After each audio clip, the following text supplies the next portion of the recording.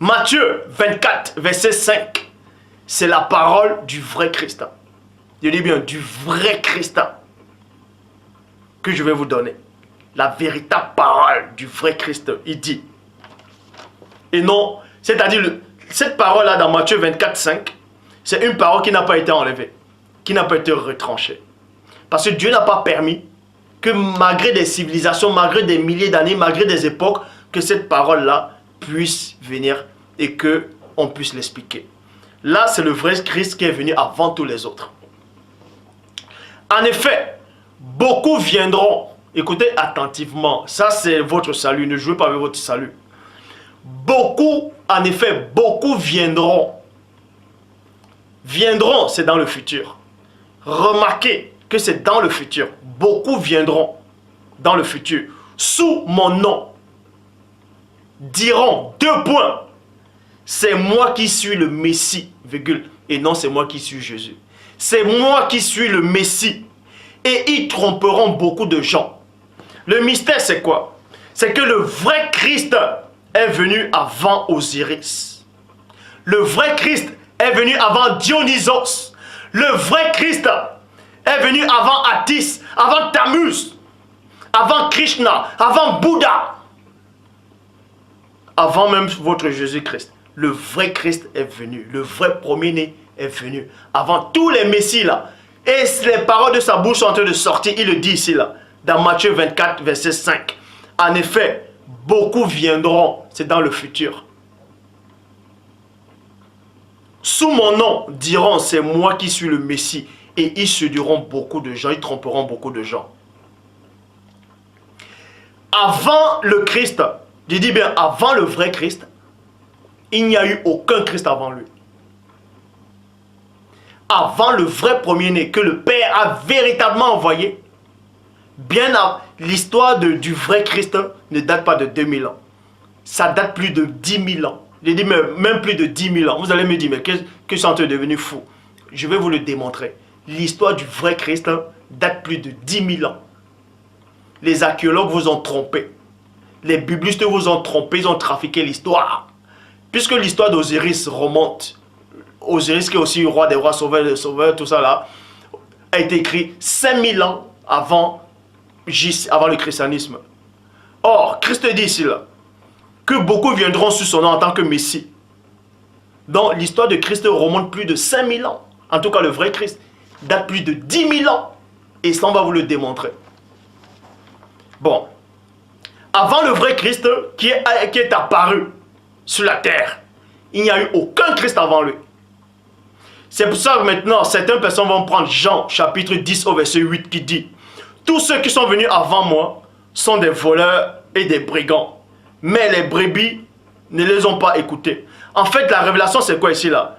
Dans Matthieu chapitre 24, verset 5, Christ parle des autres messies, des autres Christ. Or, dans Jean chapitre 10 au verset 8, il ne parle pas des Christ. Il parle plutôt des faux pasteurs. Ça n'a rien à voir. Écoutez attentivement. Tous ceux qui sont venus avant moi, il n'a pas dit, remarquez qu'il n'a pas dit tous les messies, tous les faux Christ qui sont venus avant moi. Mais tous ceux qui sont venus avant moi sont des voleurs et des brigands. Mais les brebis ne les connaissent pas.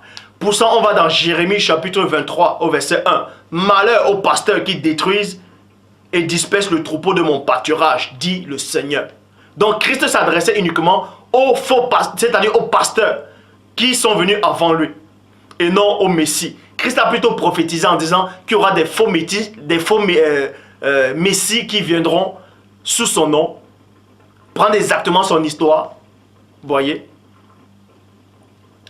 C'est pour ça qu'il est dit dans Ézéchiel chapitre 34 verset 2. Fils de l'homme prophétise contre les pasteurs d'Israël. En fait, dans Jean chapitre 10 au verset 8, Christ parlait des voleurs qui sont en Israël. Qui sont uniquement en Israël. Et non partout, mais en Israël, dans son peuple, dans sa patrie. En fait, Israël antique. En fait, c'était dans l'Afrique ancestrale. Je le dis encore, je vais vous le démontrer. Christ était noir. Le vrai Christ était noir. Dans l'Afrique ancestrale.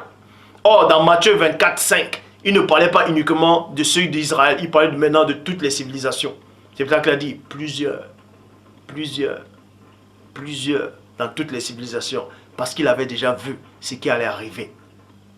Donc, le Christ que vous adorez dans cette époque-là, c'est un faux Christ. Puisque le vrai Christ avait déjà prophétisé que ce faux Christ que vous adorez maintenant là allait venir. La preuve, vous l'avez accepté facilement et vous le défendez. Donc, le vrai Christ parlait des faux Christ d'Israël dans Jean 8, dans Jean 18. Or, dans Matthieu 24, 5, il parlait de tous les autres peuples, etc. Et ensuite, on va aller dans Jean, chapitre 10 au verset 12, pour vous expliquer que c'est vrai. Dans Jean, chapitre 10 au verset 12, le salarié, entre parenthèses, c'est un faux pasteur. Le salarié est tout différent du vrai berger. Bon, un berger, on le traduit en pasteur. Un pasteur, ce n'est pas un messie. Christ avait plusieurs rôles. Il avait le rôle de berger, il avait le rôle de messie, il avait le rôle de sauveur, ainsi de suite. Puisque la parole dit que ne touchez pas à mes oins, ne touchez pas à mes messies. Christ était oint, il était messie, il était pasteur, il était berger, il était prophète, il était l'apôtre de Dieu. Il avait toutes les fonctions. Donc, dans Jean 10, 12, il dit, le salarié est tout différent du vrai berger. Les brebis ne sont pas les siennes, virgule. Et lorsqu'il voit venir le loup, il s'enfuit, laissant les brebis, et les loups s'en emparent et les dispersent. Donc, on vous apprend ici que Christ disait dans Jean 10 que ceux qui sont venus avant lui, ce sont des voleurs. Et ils n'aiment pas le troupeau. Maintenant, quand ils voient arriver le loup, ils abandonnent les brebis, ils prennent la fuite et le loup vient, il détruit le troupeau. Or, dans l'histoire d'Osiris, Dionysos, Horus, Attis, Bouddha,